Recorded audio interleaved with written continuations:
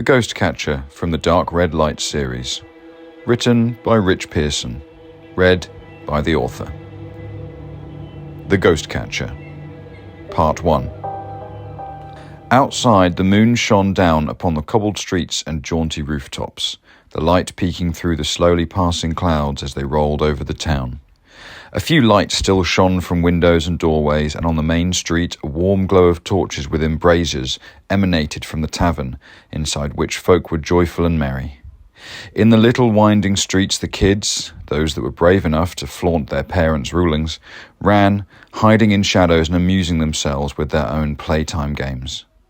The occasional small dog might bark or a gull would sing, and from further away the waves of the ocean would gently roll and rumble against the harbour walls and up through the slipway channel, and so the symphony of nocturnal noises came together to make up the sound of the little fishing town by night.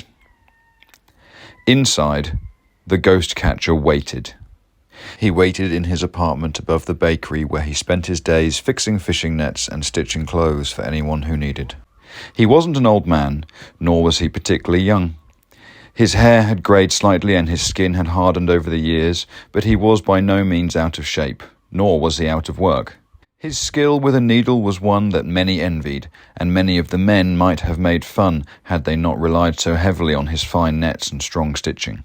But there was another skill for which the town relied on Silas Finbar for, a skill that no one wanted to learn, and of which certainly no one made fun. It was for this skill that Silas knew in approximately 22 minutes' time a young boy would come rushing up the wooden stairs beside the bakery and along the back gantry to his front door and hammer on it so hard with his fists and arms as though all the demons of the dark chased after him. And in a sense, Silas knew, that wouldn't be too far from the truth. In the meantime, as he drank his coffee, smoked his pipe, and watched the clouds pass over the moon through the little porthole window in front of his house, Silas the ghost catcher waited.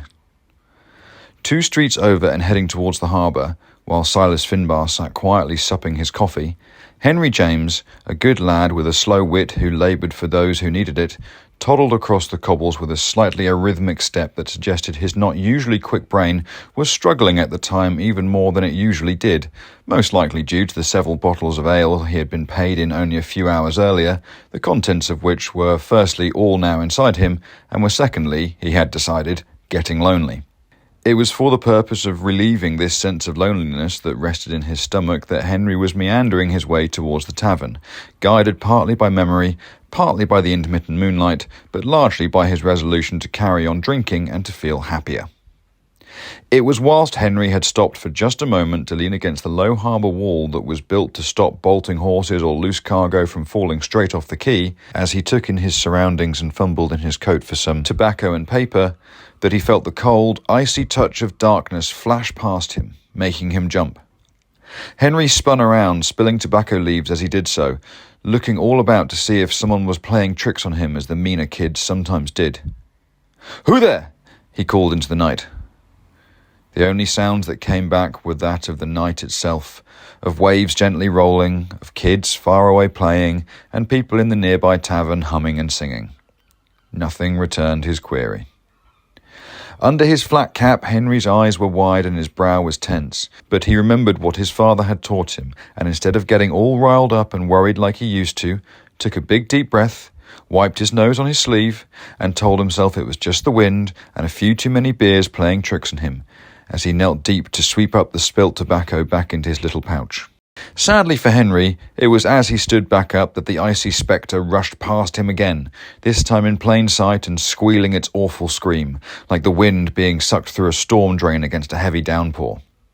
It was nothing but a big hole in the night, like a shadow with no body, only a few darker patches where one might raggedly have drawn a mouth and a pair of eyes as if they were trying to draw a face.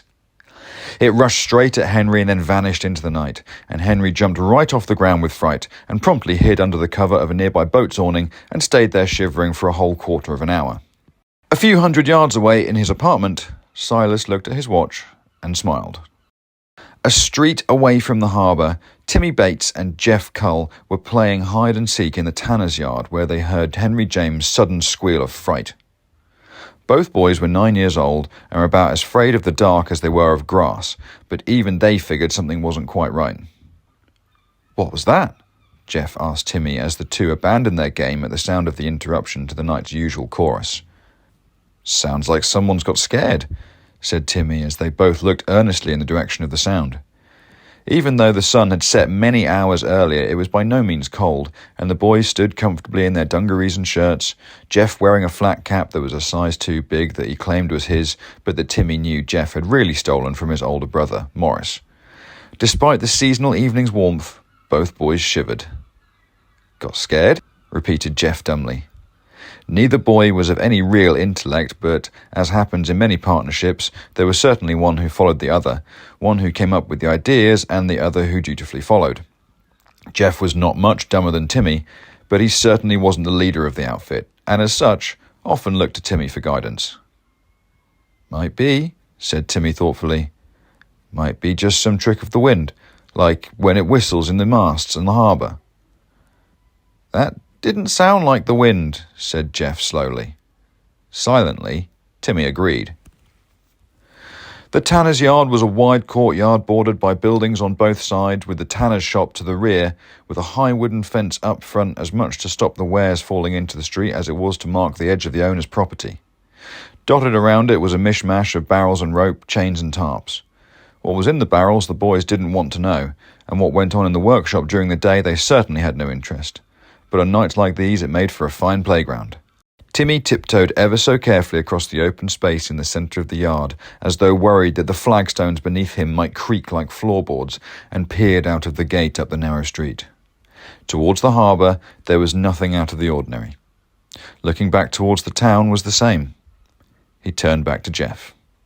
"Nothing," he said with a shrug. Jeff was looking scared. Not so much in the all-out panic kind of scared, but just in the reluctant to move from the particular spot he had stopped on kind of way, and Timmy knew he would have to be the stronger one again. "It's okay," he said as he walked bravely back across the moonlit yard. "There's not anything out there that'll get you." Precisely as he said this, the spectre rushed up the street outside the tanner's, louder than a steam train and 10 times as unexpected, and both boys lost their cool in no time at all, at once jumping into each other in a wild and silly embrace, and then a moment later rolling to the floor and under a large wheelbarrow, where they both lay peering out, panting and wheezing with terror. What was that?" stammered Jeff through chattering teeth that no matter how much he tried to silence simply wouldn't stop. Timmy said nothing, only staring intently towards the gate again. "Tim?"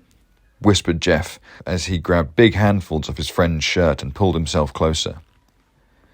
Tim still said nothing, still watching the gate, where after a moment he felt the cold come back and saw an eerie tentacle of darkness, like a shadow made solid, float around the corner of the gate like a dark black fog, before it recoiled and rushed away again, leaving the two boys on their own once more.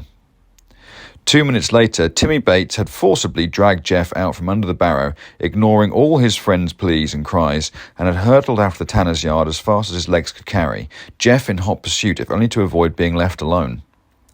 Timmy was no less scared than his friend. The only difference was he knew what he had to do.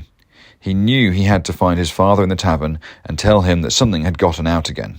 As the two boys dashed down alleyways and across the town's little streams, taking the most direct route to the tavern that they could, Silas Finbar closed his watch, reached above him to grab his lantern from the nail on the rafter, and began to collect together the rest of his kit. End of part 1.